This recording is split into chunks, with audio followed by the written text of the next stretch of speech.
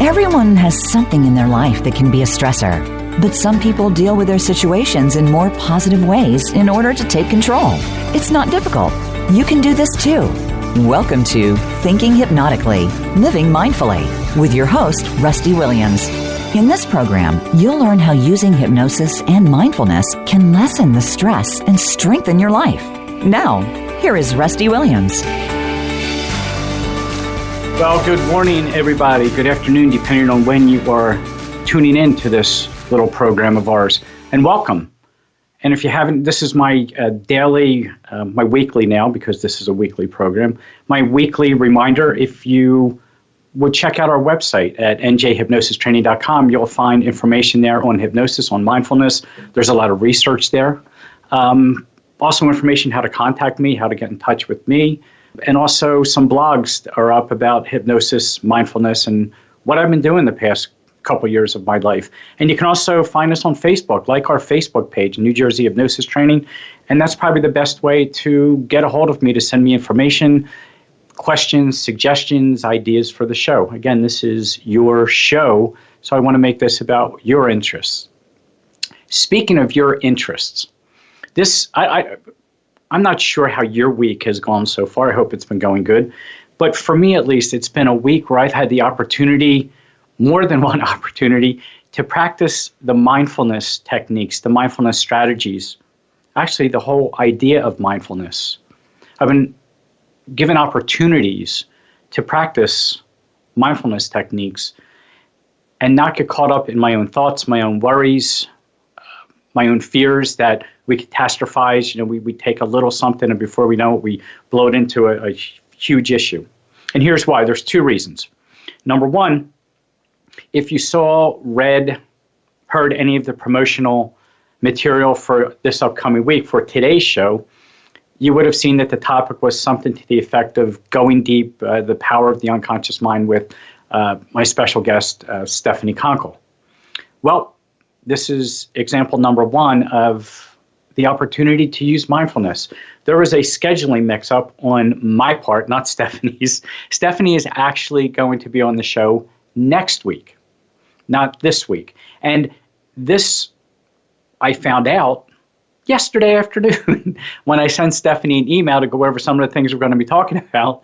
And she sent me an email back, Rusty, remember when we switched it to next week? And I was like, oh, so here I am 24 hours away from this show today, as you're hearing it now. And I'm thinking, what am I going to do? Oh, man, are you kidding me? And I think in the past, I know that there was a me in the past, and maybe you can identify with this person, who would have started to first beat themselves up. How could I be this stupid? I can't believe I forgot. What am I going to do now? Oh my God, what am I going to do? How am I going to put this together? How am I going to pull this off? This is never going to... All those thoughts that just start entering our minds. I equate it to a leaf blowing down a street on a windy day. That leaf is a thought. And it's almost as if we catch up to that leaf as it blows down, and we chase it. We chase our thoughts. And once we catch up to that leaf, then there's another leaf blowing down the street. And we end up just chasing thought after thought. And one thought becomes another thought. And that thought becomes a worry, and then a concern. And then, we just blow it out of proportion. So since yesterday, at least, on that regard, it's been a great opportunity for me to just be present in that moment and say, you know what? It's going to work out. It always has in the past, right? So that was opportunity number one, and I call it an opportunity, right? There are no mistakes, only opportunities for learning. So that was opportunity number one for me to practice what I preach, to center myself, be in the moment, focus on my breath. We've talked about that breath. Almost every guest I've had on has talked about just stopping, focusing on the breath. Everything's going to be okay. At least in that moment, everything's okay. So that's opportunity number one. Opportunity number two is something a lot more serious. I'm flying solo today. I'm flying solo because I don't have a guest, but I'm also flying solo because my best friend in the whole wide world, my wife, isn't here today. My wife is in the hospital. She went into the hospital Saturday. My life's an open book. My life's an open book on social media sites. I do that to try to share lessons that I've learned in life. So I'm going to be completely honest with you. My wife has been hospitalized. This is her 7th hospital admission since September. She's undergone 2 major surgeries in that time, and there's been complications both before the surgeries that required the surgery, now afterwards. And so she's in the hospital right now. She might even be listening to this on her iPad, who knows. But she's normally here. See, the way this works, for me at least, is in our home here, one of our spare bedrooms has been converted into a studio. It's my studio where I shoot videos, so it's a video production studio where I shoot videos for hypnosis training, for hypnosis courses that I give. And it's, since the show, it's also a broadcast studio where I do this radio show from. And the way it works every Wednesday morning is like this. First of all, remember, if you don't remember, I'll share with you, we have pets. We're pet lovers. We have 2 dogs and a cat. One dog is my service dog. Nico is a Belgian Malinois Akita mix. He weighs about 75, 80 pounds.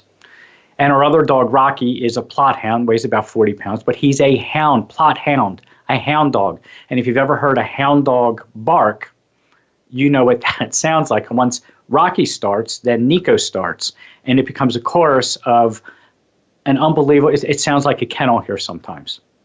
And they bark when someone comes to the door. Dogs walk down the street with their human owners. So because of that, on Wednesday mornings when I'm doing the show, my wife Elisa takes the dogs into our bedroom. She shuts the door. She watches videos. She's an artist. She might be watching videos on watercolor, but there's noise in the background to distract the dogs from any noises that might be outside. She shuts the door. I shut the door here to the studio, and all is well. And I do my best to give the best possible show that I can give. Well, today, because my wife's in the hospital, not only are the dogs not in the bedroom, the door to the studio is open, because if I shut the door to the studio, in fact, here comes Nico now. He's actually crawling under the table by my feet, and he's laying by my feet. He's one of the things he's trained to do. Because the door to my studio is open, there is a really good possibility that sometime between now and the next 50 minutes or so, you might get to meet Nico and or Rocky, because as luck would have it, we are expecting a delivery today of an 8x10 area rug. It's supposed to weigh 80 pounds is what it said, that the shipping costs, and I guess they go by weight. And that's going to be delivered sometime today.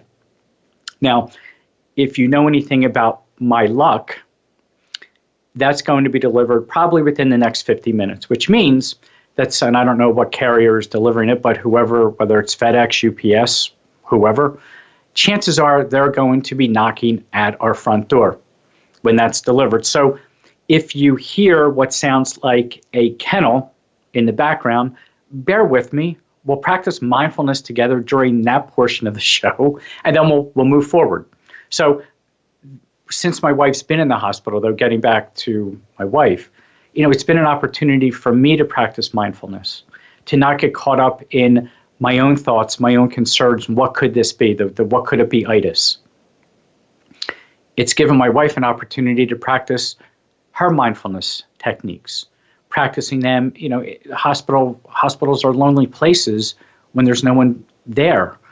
You have a lot of time on your hands, and most of that time is spent getting caught up in your own thoughts. And Elise has been practicing, she shared with me since Saturday. It was late Saturday night, early Sunday morning by the time she got to her room, practicing mindfulness. And it's given me the opportunity, again, I'm going to use the term opportunity to practice mindfulness.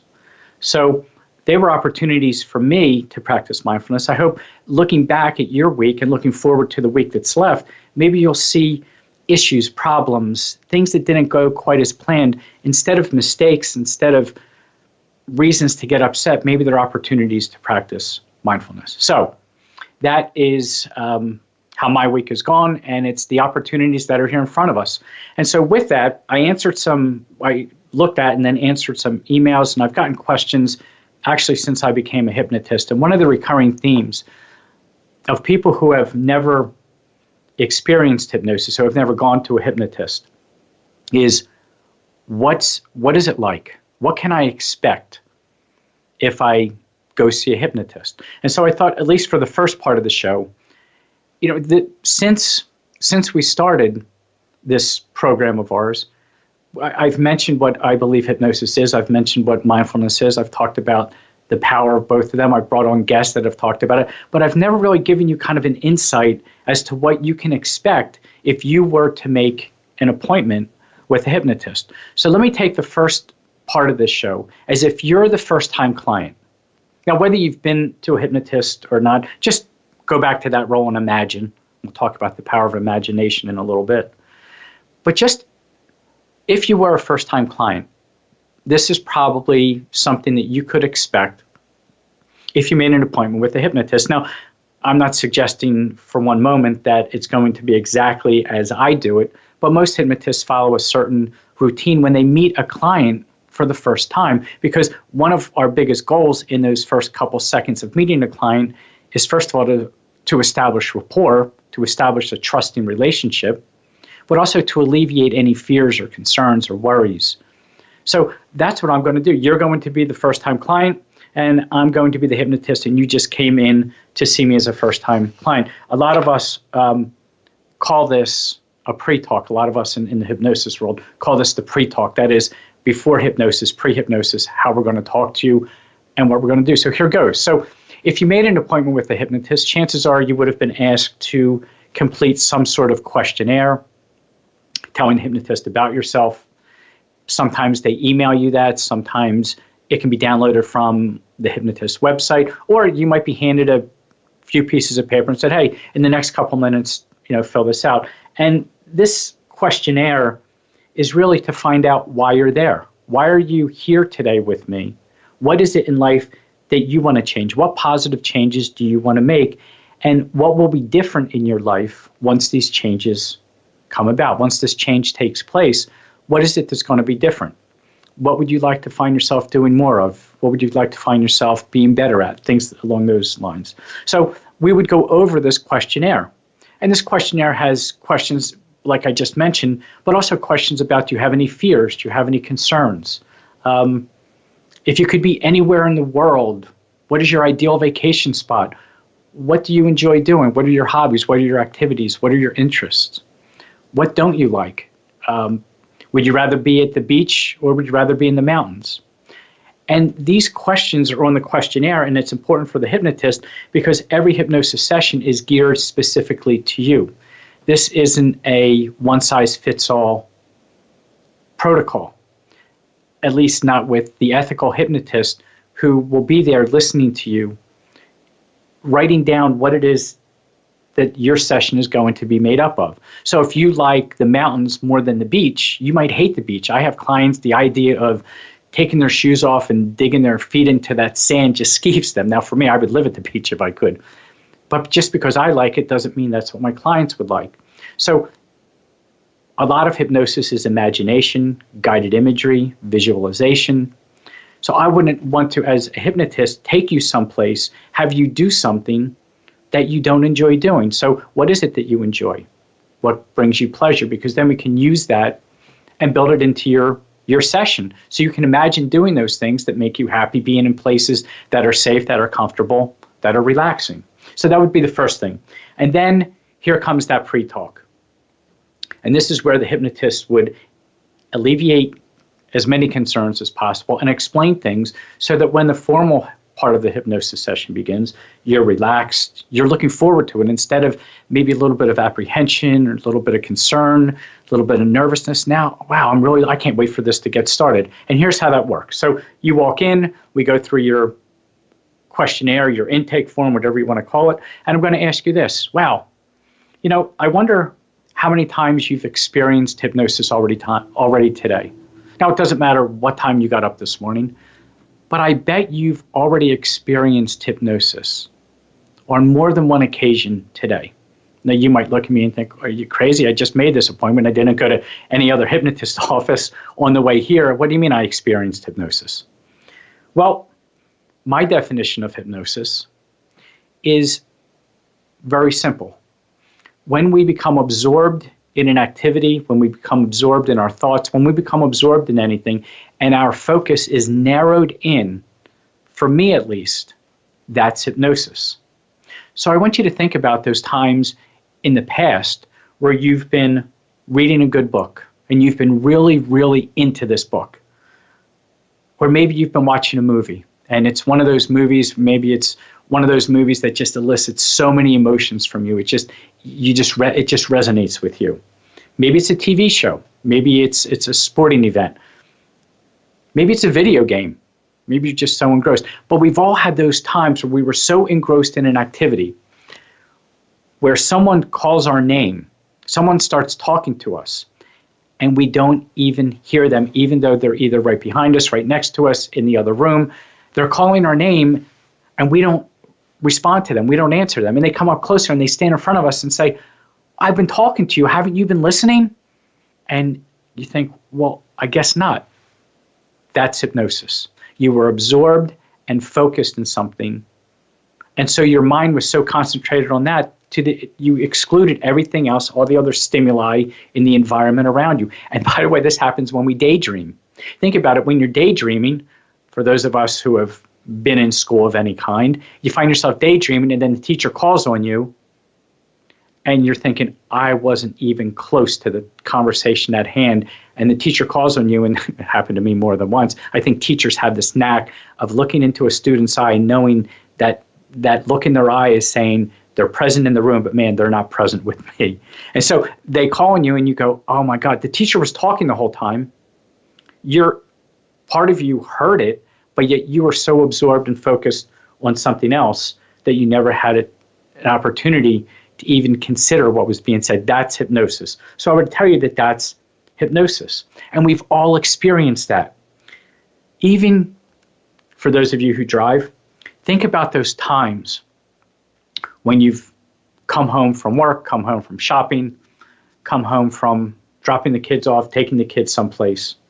You've come home, you've pulled into your driveway, you turned off the ignition, and you sat there, and just before you got out of the car, you said to yourself, how did I get here?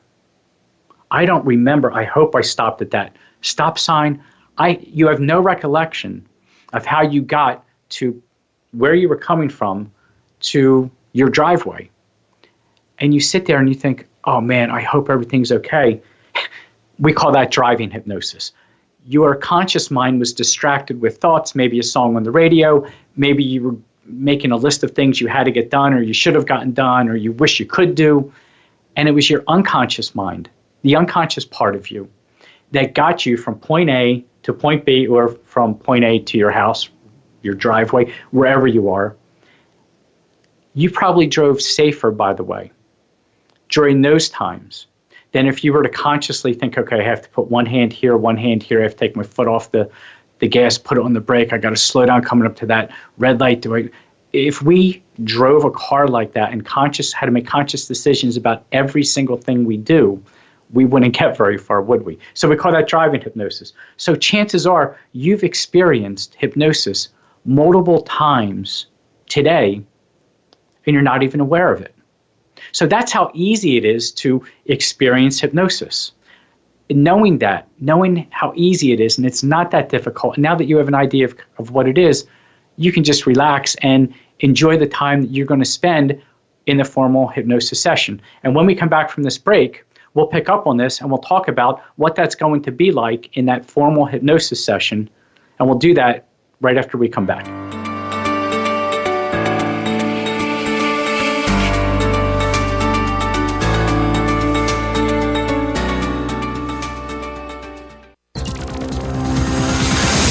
It's your world. Motivate, change, succeed. VoiceAmericaEmpowerment.com.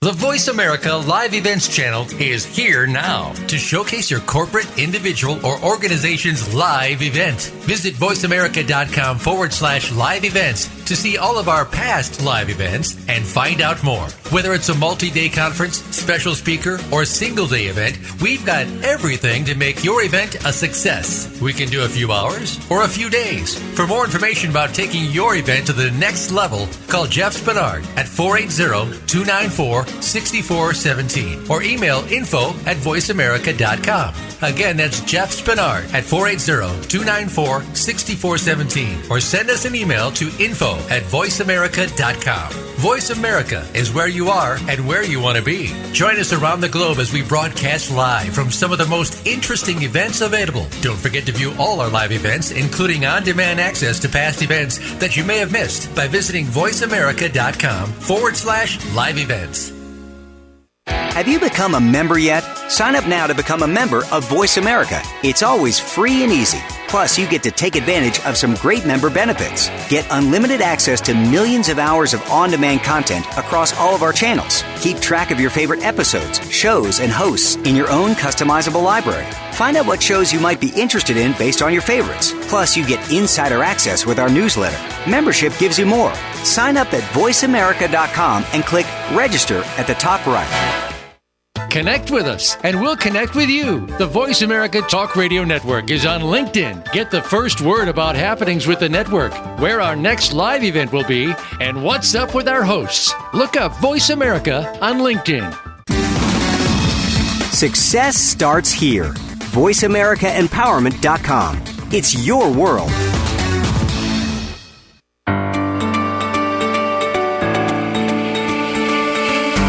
You're listening to Thinking Hypnotically, Living Mindfully. To reach the program today, you're welcome to call in to 1-888-346-9141. That's 1-888-346-9141.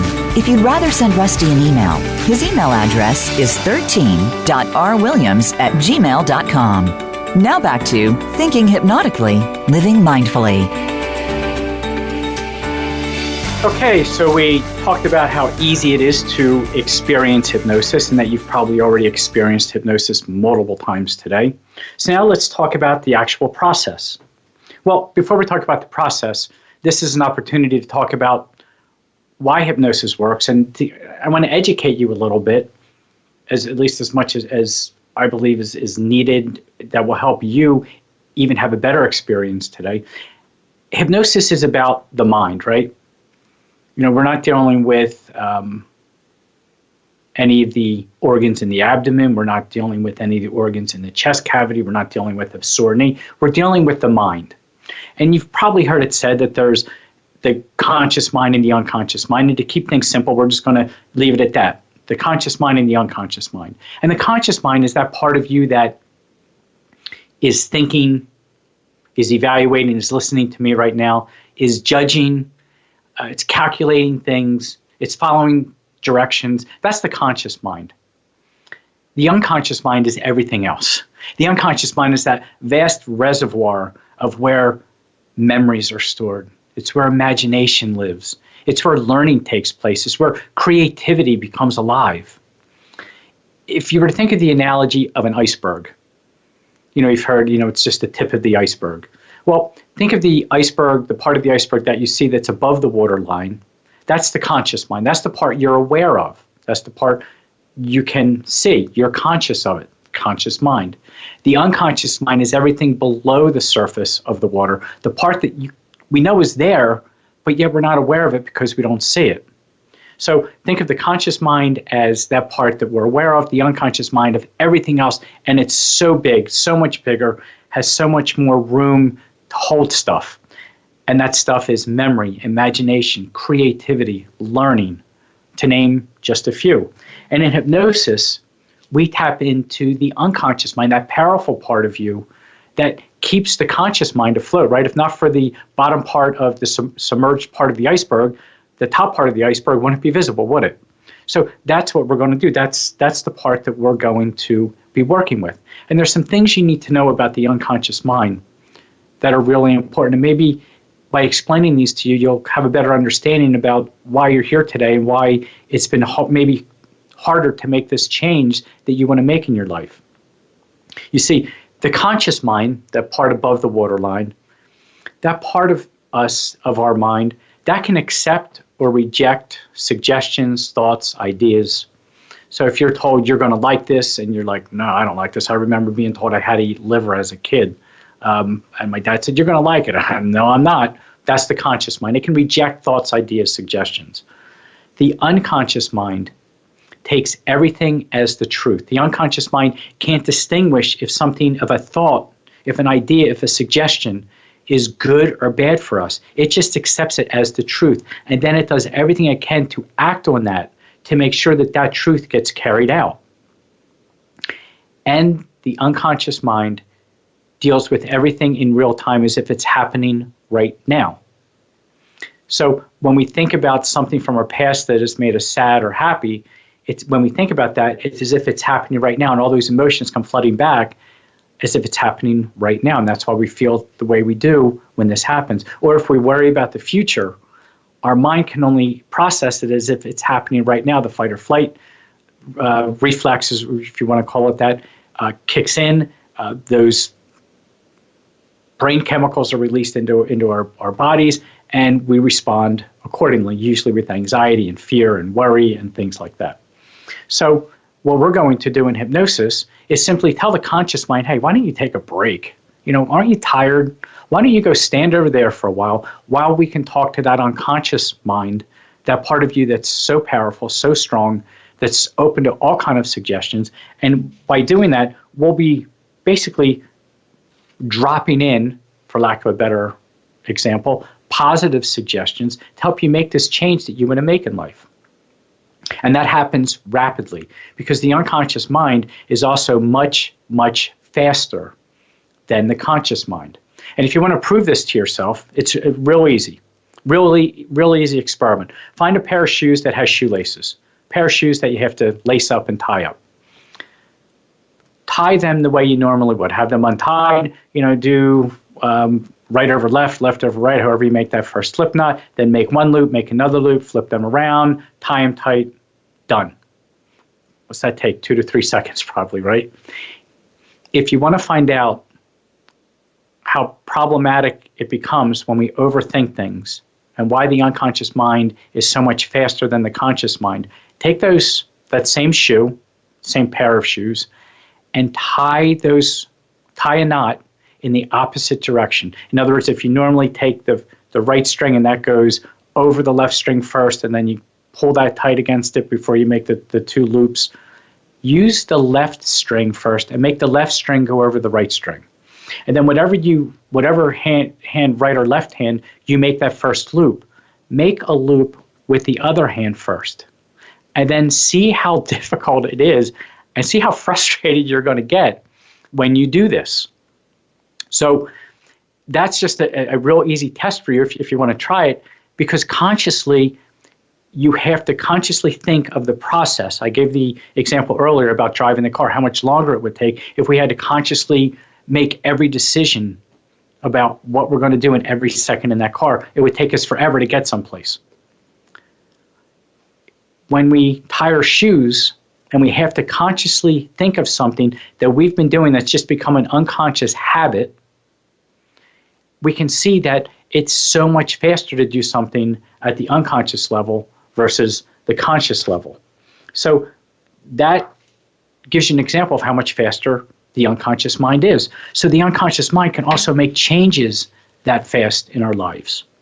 So now that you're aware of that, and now that you know how the conscious mind, that thinking part of you, the part that was concerned, I don't know if this is going to work, what's it going to be like, that conscious part of you, my job as your hypnotist, is just to have that conscious part of you. And it can keep doing those thinkings. It can do whatever it wants because I'm not concerned with that conscious part of you. In hypnosis, we're going to be talking to that unconscious part of you where these changes can be made and can be lasting and even permanent. And the way we do that is very simple. The first thing we do as a hypnotist, and by the way, let me sidestep this as if you're still the first-time client, but let me explain why I'm saying this. I explain everything to my clients. There's no ninja hypnosis. In other words, everything that we're going to do once we go into the formal hypnosis room, and in my office there's a an area where I meet clients, and then there's my office with the nice comfortable recliner. There's a water fountain going in the background. There's soft music playing, all that good stuff. And the recliner goes back, and most people want a blanket, and they can get nice and comfortable. Everything that's done in that room, I explain to my clients. There's nothing that I do, including the suggestions. We'll talk about what it is that we're going to do once we get in there and what suggestions they want given. So that's just a little caveat why I say this. So we're going to do this process. I'm jumping back into my role play here as your hypnotist. So the way we get to that, to talk to that unconscious part of you, while the conscious mind just is off and not even caring about what it's doing. Last week, our guest Jonathan Royal talked about the critical faculty, and that's simply that critical conscious mind that evaluates and says, I don't know if I'm sure about this thought. We bypass that. So my job as your hypnotist is just, my skill is simply putting words together. You're the one who came here today. You're the one doing the work. You're the one who has made this decision, and you should congratulate yourself for that. You've made this decision to make this change in your life. My role is really of a co-pilot. We'll go back to the car analogy. You're driving the car. I'm simply giving suggestions. So I put words together, and my role is to help you relax. Most of us in the hypnosis world, we use different various techniques. One of the ones, it's one of my favorites, is progressive muscle relaxation, because it's also teaching you how you can relax. So I'll be talking to you, and I'll be asking you just to relax different parts of your body progressively, maybe from the feet up or from the head down. And then once you get to that point where you're totally physically relaxed, we'll say some things that'll help your mind just relax, and that conscious mind can just go someplace else. And once you're nice and relaxed, once you're nice and physically relaxed, you're mentally relaxed, well, that's when we'll talk about, are we going for a walk on the beach, or are we going to take a walk in the mountains maybe? Where is that place that you find safe and relaxing and peaceful? Maybe we'll visit there. What are some of those activities that you like to do? Well, imagine yourself doing those activities, or at least one of those activities. So we use stories, we use metaphors. The unconscious mind loves stories, loves metaphors. That's why those questions that I ask you to answer on your questionnaire, that's why they're there. They're very important, because this is about you. This is about your life, your likes, what you find pleasure in, what you find joy in. It'll help you make the changes that you are going to make today. So after we go through these metaphors and stories and maybe take a walk someplace, or you can imagine being someplace or doing some other activity than right here, well then,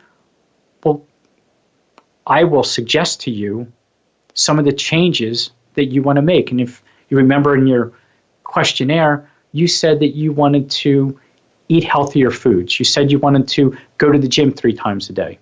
So I'm going to ask you to imagine what it would be like to be eating foods. See yourself eating those healthy foods. See yourself going to the gym. Hear the sounds around you. See the sights. Feel what you feel.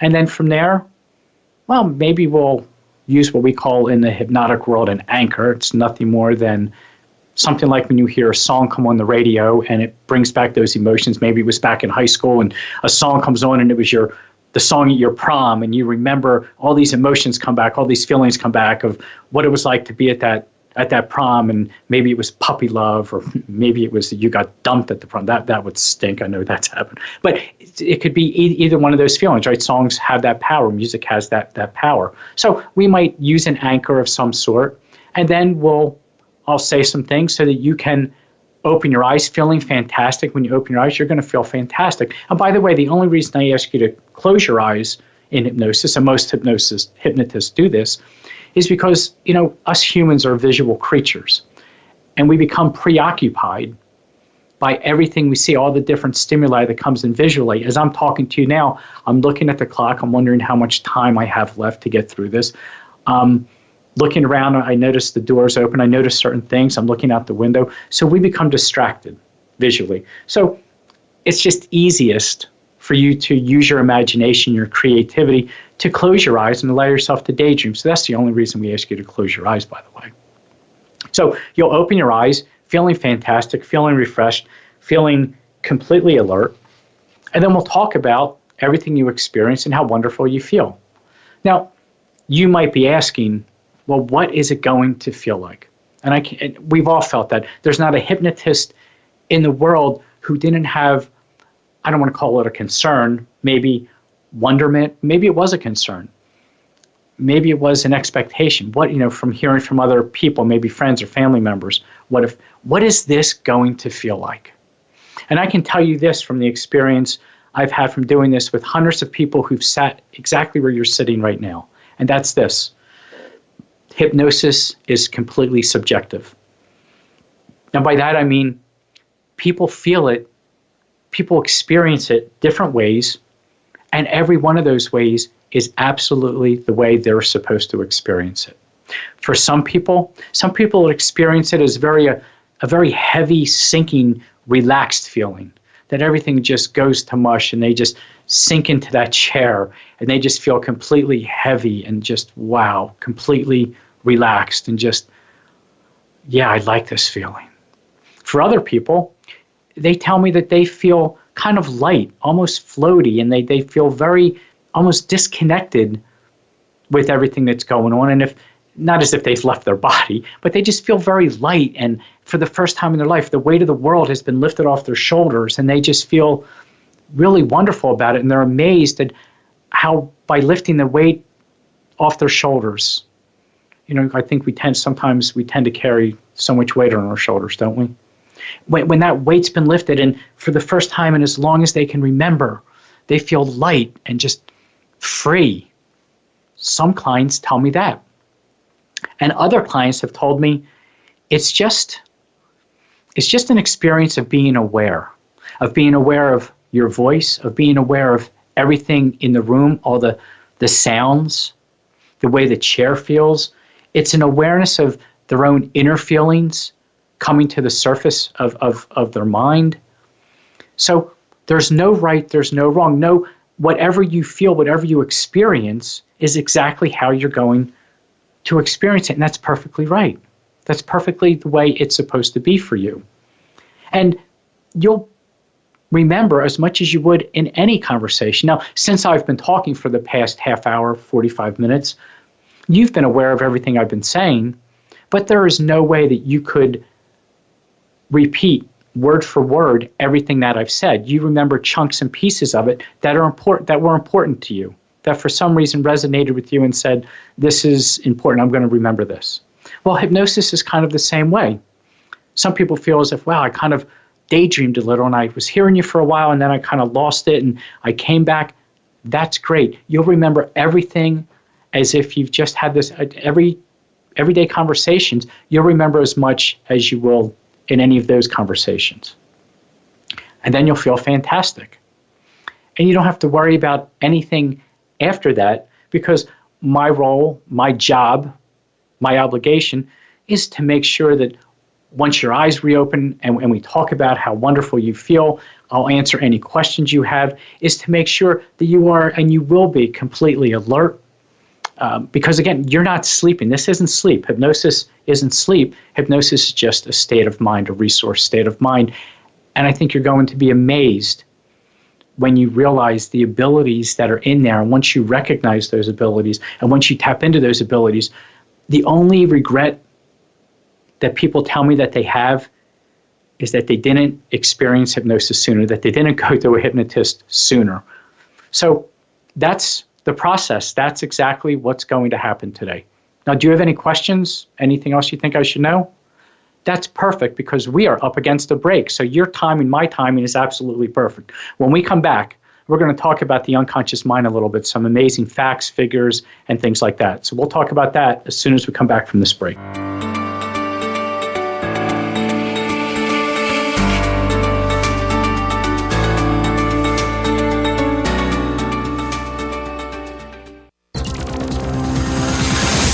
It's your world. Motivate, change, succeed. VoiceAmericaEmpowerment.com. Voice America programs are now available on your favorite connected device, including Amazon, Alexa, and Google Home. Through streams with Apple Podcasts, TuneIn, and iHeartRadio, listening to your favorite show is as easy as saying the show name followed by the word podcast. Hey, Alexa, play Finding Your Frequency podcast. If that doesn't work, try adding on TuneIn or on iHeartRadio or on Apple Podcasts.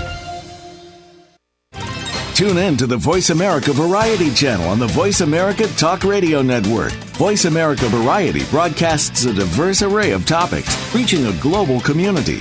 Our experts come from all walks of life, and the topics they discuss are everything from current events, arts and entertainment, leadership, parenting, relationships, self-improvement, career advice, and a variety of other topics. Check us out today. You're sure to find something of interest. Voice America Variety. Talk on today's hot topics.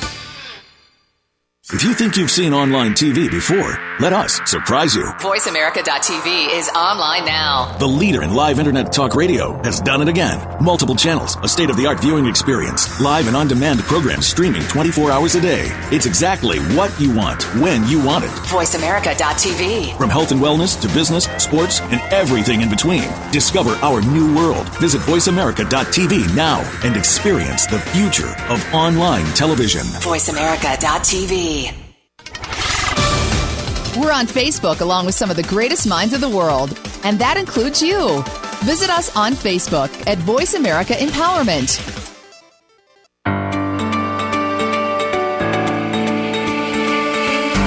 You're listening to Thinking Hypnotically, Living Mindfully. To reach the program today, you're welcome to call in to 1-888-346-9141.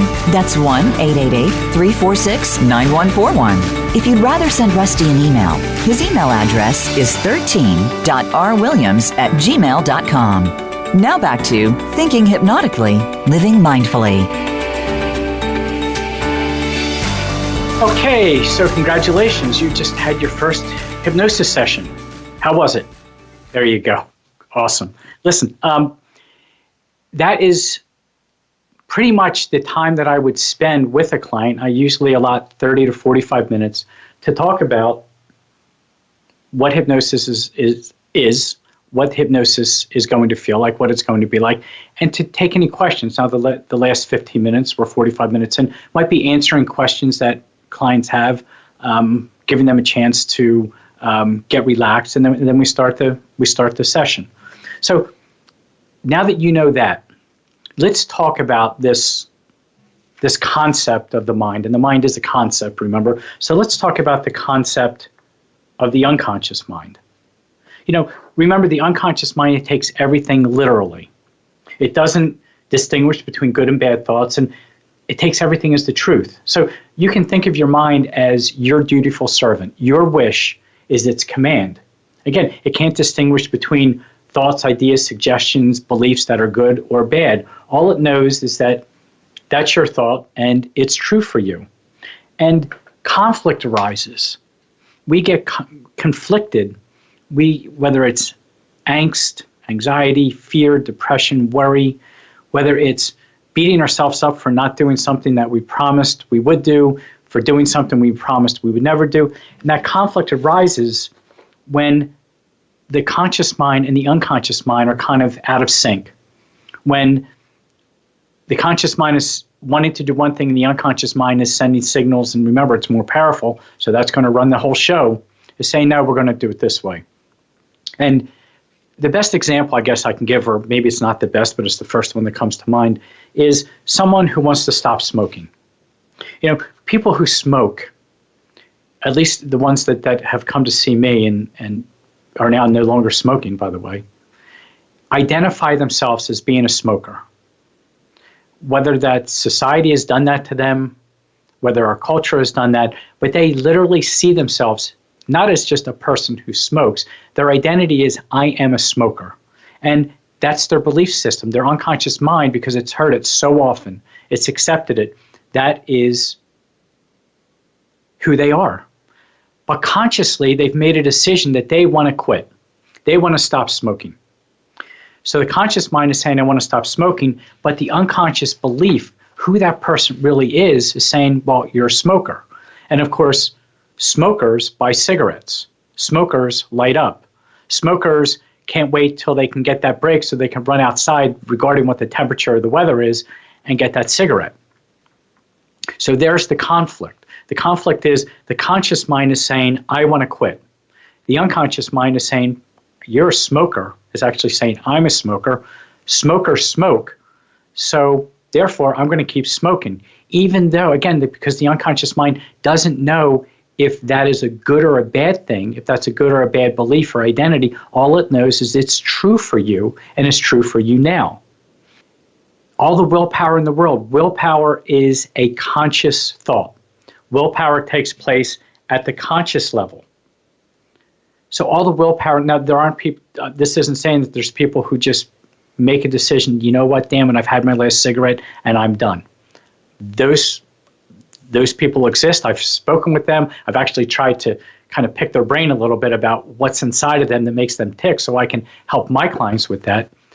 But for the most part, the reason the smoking habit, and yes, I believe it's a habit, not an addiction.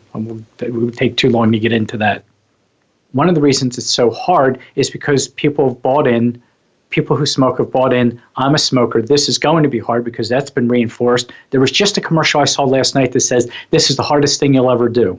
Well, you want to talk about making a hypnotist job even that much harder when someone is told this is the hardest thing you're going to do, and the unconscious mind believes it because it cements that belief, oh, I am a smoker, I'm always going to be a smoker, other people have tried, I've tried to quit before, it's not going to work. However, when the conscious mind and the unconscious mind are in unity, we might call that they're congruent. Well, that's when our decisions seem to be the right ones. That's when things in life start to go, wow, this is fantastic. This is so easy. I didn't think it would be so easy. And in hypnosis, we're simply pairing up the unconscious mind with what your conscious wishes, your hopes, your dreams, what it is that you want to change. We're simply getting the unconscious mind to get in sync with that. And now the conscious mind and the unconscious mind are in sync, and the unconscious mind is sending messages, and the conscious mind is going, yeah, we got this. And you take a big sigh of relief, and you think, wow, this was a lot easier than what I thought it would be. So that's just one example of what happens when the unconscious mind and the conscious mind are out of sync. In hypnosis, we get them back into sync, get the unconscious mind to say, this is who I am. Get you as the person. Get me as me when I practice self-hypnosis. To say, this is who I am. I'm not that worrywart. I'm someone who's calm. I'm someone who has confidence. I'm someone who feels good about everything that I'm doing. Now the things that I want to do in life become so much easier. So that's how we connect the conscious, the unconscious, we get them in sync. There's other ways to do it other than hypnosis. I'm not saying hypnosis is the be-all and end-all to do this. I'm just saying this is one of the ways. It's a very rapid way. It's a very permanent way of solidifying those changes, getting them in sync, solidifying those changes. With that said, let me give you what I think are just some amazing statistics. Maybe you don't find statistics as amazing as I do. So let's call these facts, numbers. The conscious mind can process about, give or take about 40 environmental stimuli per second. So that is, how do I feel right now? Where am I standing? What's going on? What are my thoughts? What do I see? What do I hear? Those kind of things. So about 40 environmental stimuli, things coming from the environment around us every second. The unconscious mind can process approximately 20 million environmental stimuli per second. An example of the power of the unconscious mind. I mean, it's almost like there's not even a comparison, is it? 20 million to 40. It's a complete rout if this was a ball game. The unconscious mind is in charge of about 100,000 chemical reactions per cell in our body per second. So every second, every cell in our body, the unconscious mind is in charge of about 100,000 chemical reactions of them. Excuse me. The unconscious mind, it processes about 400 bits of information per second. So every second that goes by, the unconscious mind is processing information from everywhere, from inside our bodies, from inside our organs, from outside, from everywhere. So about 400 of those bits of information per second. Now, here's where mindfulness becomes big. This is why one of the reasons I'm a big proponent of it. The conscious mind, that thinking part of you, that part that's above the waterline, that part of the iceberg that we can see. The conscious mind has between 50,000 and 70,000 thoughts per day. 50 to 70,000 thoughts per day. Thoughts we're not even aware of. Well, now you're probably going to be thinking, okay, do the math. How many thoughts is that per second? It's a lot. That's where the idea, the concept of mindfulness comes in. That's why learning to be present, learning to train our brains, learning to rewire our brains to just be in this moment can slow down those thoughts so we can think about things, we can resolve issues, we can solve problems so much more effectively, so much more efficiently. And there's some research about the unconscious mind that I find amazing. One of the I believe he's a neuroscientist or neurologist who did extensive research about this on both the conscious and the unconscious mind, said the unconscious system in the brain pieces together fragments to devise a meaningful interpretation. So the unconscious mind, remember that's where memories are stored.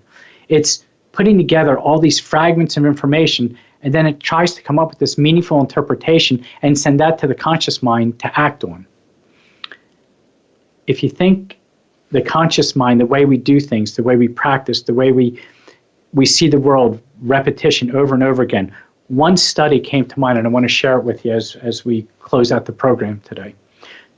There was a researcher, and I believe it was University of Chicago. I'm pretty sure that it was University of Chicago. Anyway, it was done a while ago, and this study involved basketball players shooting free throws. So basketball players going up to the line, shooting free throws.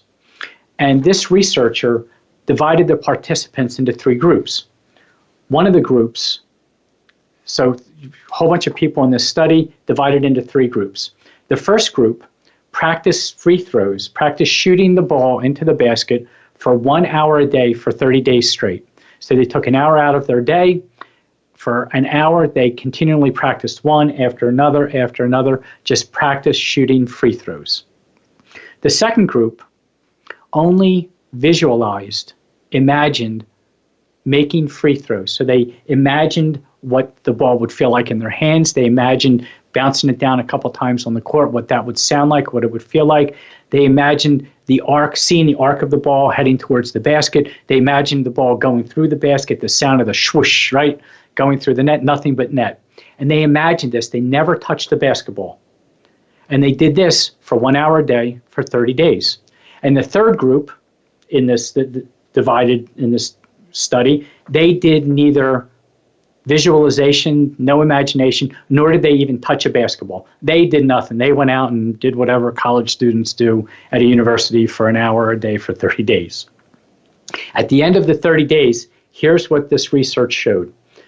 It showed that the third group, the ones that did nothing, as you would imagine, they went out and whatever they were doing, they had absolutely no improvement in their free throws. They improved zilch, zero, nada. Some actually even regressed. The group that practiced every day for an hour, so this is the group that practiced physically, touched the ball, shot it, went to the gym, they got better. They improved their shooting, their shot making by 24%. So they improved by almost a quarter, which is pretty good, right? 30 days, an hour a day, they improved by 24%. Here's what's interesting. The second group, the group that only imagined making free throws, that only visualized that ball going in the basket, the group that only used their creative minds to see what that would look like, to feel what that would feel like, to hear what that sounds like. They improved their shots by 23%, almost identical. I guess it would be a statistical tie because of the way statistics work. I think it's plus the variant is plus or minus 1 or 2%. It was almost a statistical tie between the group that practiced every day and the group that only visualized doing it. And there's another story, by the way, that's very similar to this, of a javelin Olympian, I believe he's from Britain, who in one Olympics won the bronze medal in throwing the javelin. The next 4 years later, the next Olympic event came up, And a week before the Olympics, 1 week before, he sprained his ankle. He sprained his ankle. He was on crutches. So obviously the javelin is where you hold that long spear in your hand, you run up to the line and you throw it as far as you can, right? You launch and there's technique involved and there's all kind of things.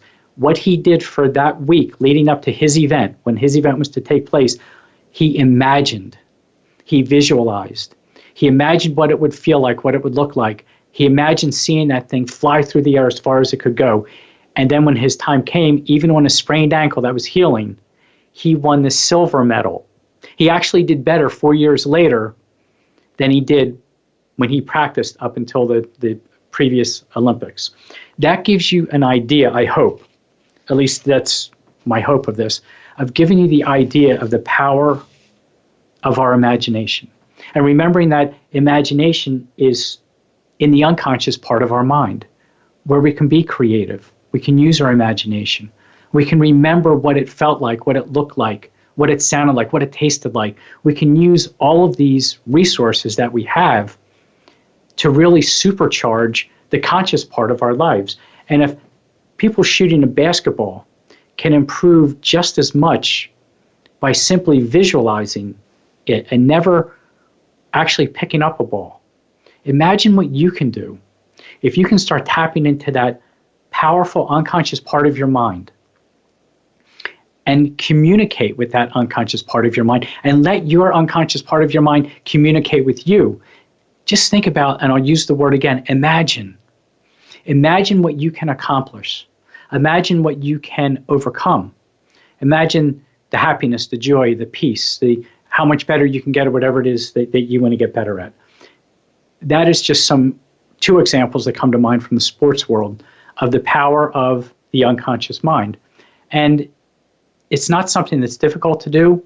By practicing mindfulness, you're tapping into that all the time anyway.